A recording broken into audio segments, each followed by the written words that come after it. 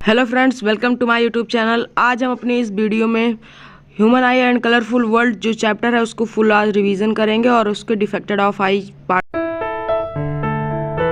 चलिए अपने first topic को स्टार्ट करते हैं। अगर आपने अभी तक वीडियो को लाइक नहीं किया तो लाइक कर दे, चैनल को सब्सक्राइब कर दे और नोटिफिकेशन बेल को प्रेस करके ऑल पे सेलेक्ट कर ली। हम अपना फर्स्ट टॉपिक पढ़ेंगे मायोपिया यानी नियर साइटेडनेस, और इसे हम दूसरे वर्ड में शॉर्ट साइटेडनेस भी कहते हैं। देखिए इसमें होता क्या है, जो हमारी रेज रहती हैं वो रेटिना के पहले ही मीट हो जाती हैं और हमें इमेज जो दिखाई पड़ता है वो ब्लर्ड होता है, और जो हमारा नियर पॉइंट रहता है यानी कि वो हमें क्लियर विजन में क्लियर दिखाई देता है। जो हमारा फार पॉइंट रहता है वो ब्लर्ड हो जाता है जब हमारी आंखों में मायोपिया यानी नियर साइटेडनेस या फिर शॉर्ट साइटेडनेस हो जाता है। चलिए हम इसकी डिफिनेशन को देखते हैं। Distant vision is blurred when light ray from distant object come to focus in front of the retina. देखिए मैंने जो आपको बताया, ब्लर्ड हो जाता है और जब लाइट रे आती है वो रेटिना के पहले ही फोकस पर मीट हो जाती है और हमारी इमेज ब्लर्ड दिखाई पड़ती है हमें। देखिए हम इस डिफेक्ट को राइट करने के लिए यानी सही करने के लिए जो हमारी आंखों में ये बीमारी हो जाती है, इसमें हम क्या यूज़ करेंगे कि हमारी ये जो बीमारी है सही हो जाए। Correction with a minus lens allow light at once again focus on the retina. हम इसमें एक मिनस लेंस लगाएंगे जो कि हमारी लाइट को जो है पहले थोड़ा सा डाइवर्स करेगा, फिर उसके बाद कन्वर्ज करके जो हमारी फोकस रेटिना है उस पर मीट कराएगा ये लेंस। यही लेंस हमें क्लियर विज़न फॉर पॉइंट को दिखाएगा। इसीलिए हम जब डॉक्टर के पास जाते हैं तो हमें एक चश्मा बना कर देते हैं तो हमें दूर की ऑब्जेक्ट वो क्लियर दिखाई पड़ती है। यही लेंस होता है और वो हमें क्लियर विज़न कराता है रेटिना पर। यही था हमारा मायोपिया। अब अपने नेक्स्ट टॉपिक की ओर बढ़ते हैं।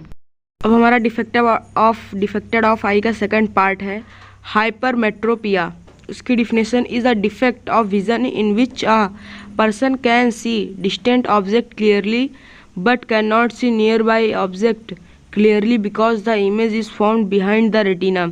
देखिए जो हाइपरमेट्रोपिया होता है उससे फार पॉइंट यानी दूर की चीज़ें क्लियर दिखाई पड़ती हैं और जो नियर उसके जो पास की चीज़ें रहती हैं उससे क्लियर दिखाई नहीं पड़ती, इससे क्योंकि उसका जो फोकस है वो रेटिना के पीछे हो जाता है, रेटिना के पीछे इमेज बनने लगती है, इसीलिए वो नियर के चीज़ों को नहीं देख पाता है।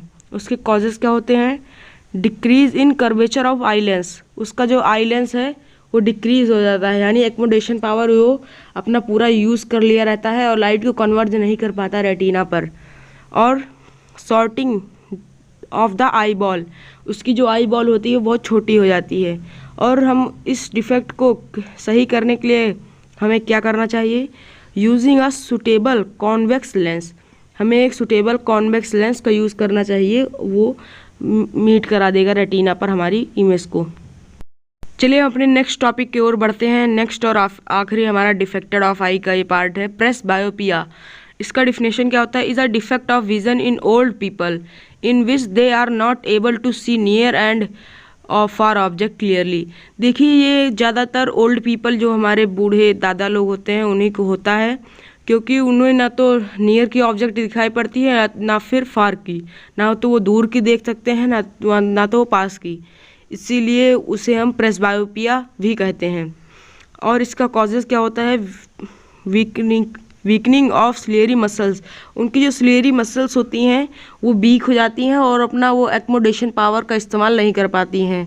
और decrease in the flexibility of eye lens, और उनकी जो आई लेंस में फ्लेक्सिबिलिटी होती है वो डिक्रीज हो गई होती है क्योंकि सिलेरी मसल्स अपना एकोमोडेशन पावर इस्तेमाल नहीं कर पा रही होती है। और इसमें हम करेक्शन क्या करते हैं? इसमें हम कॉन्वेक्स लेंस का यूज़ करते हैं। और आप देखते होंगे एक जो ओल्ड पीपल का चश्मा होता है उसमें एक नीचे भी रहता है लेंस, एक ऊपर भी। वही हमारा दोनों उनका जो ऊपर वाला लेंस रहता है वो फार पॉइंट के लिए और जो नीचे रहता है वो नियर पॉइंट को क्लियरली विज़न कराने के लिए होता है। अब हम अपने नेक्स्ट टॉपिक की ओर बढ़ेंगे, वो हमारा है prism.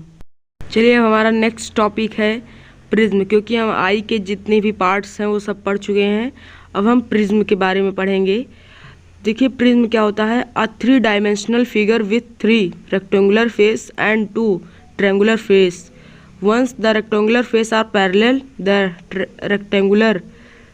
Triangular face are parallel, the rectangular face are perpendicular to the triangular edges. देखिए जो हमारा प्रिज्म होता है वो 3 डायमेंशनल फिगर होता है और उसके 3 रेक्टेंगुलर पार्ट होते हैं। देखिए एक ये साइड्स का होता है 2 और एक नीचे का वो रेक्टेंगुलर पार्ट हो गया और आपके 2 ट्रायंगुलर पार्ट रहेंगे जो इस तरफ और उस तरफ का रहता है। फ्रंट का और बैक साइड का जो रहता है वो ट्रायंगुलर फेस रहता है और ट्रायंगुलर फेस दोनों पैरेलल होते हैं और रेक्टेंगुलर जो होता है वो रेक्टेंगुलर हमारा फेस जो होता है वो ट्रायंगुलर के एज के परपेंडिकुलर होता है प्रिज्म में। और प्रिज्म का जो अंदर का फेस है वो एक डेंसर मीडियम है और इसमें हम रिफ्रैक्शन अभी देखेंगे नेक्स्ट टॉपिक में जो हमारा पढ़ेंगे।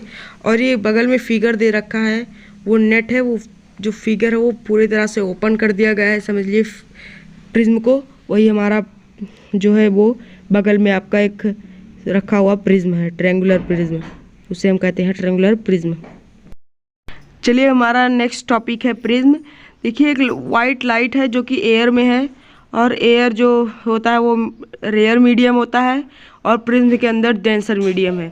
वाइट लाइट हमारी रेयर से डेंसर में जा रही है, वो थोड़ा नॉर्मल से डाउनवर्ड बेंड होगी लाइट।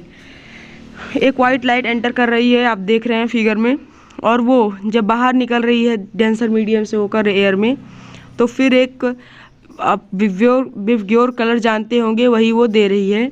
देखिए red, orange, yellow, green, blue, Indigo, violent. और इससे ऊपर भी रेज होती हैं और इससे नीचे भी रेज होती हैं। अल्ट्रा वायलेंट होती हैं रेज और अल्ट्रा रेड होती हैं, यही सब रेज होती हैं जो कि ऊपर और नीचे भी होती हैं, जो हमारी नॉर्मल आई से दिखाई हमें नहीं पड़ती हैं। और ये जो इधर रेज निकली हैं इसे हम एंगल ऑफ इमरजेंस भी कैसे कह सकते हैं, एंगल ऑफ इंसिडेंस इसको भी कह सकते हैं, और वाइट लाइट जो है उसको भी एंगल ऑफ इंसिडेंस हम कह सकते हैं। और इसमें अभी आपका एक डेविएशन होगा लेकिन इस फिगर में वो आपको दिखाई नहीं दे रहा है, ना तो इस टॉपिक में अभी इसमें है।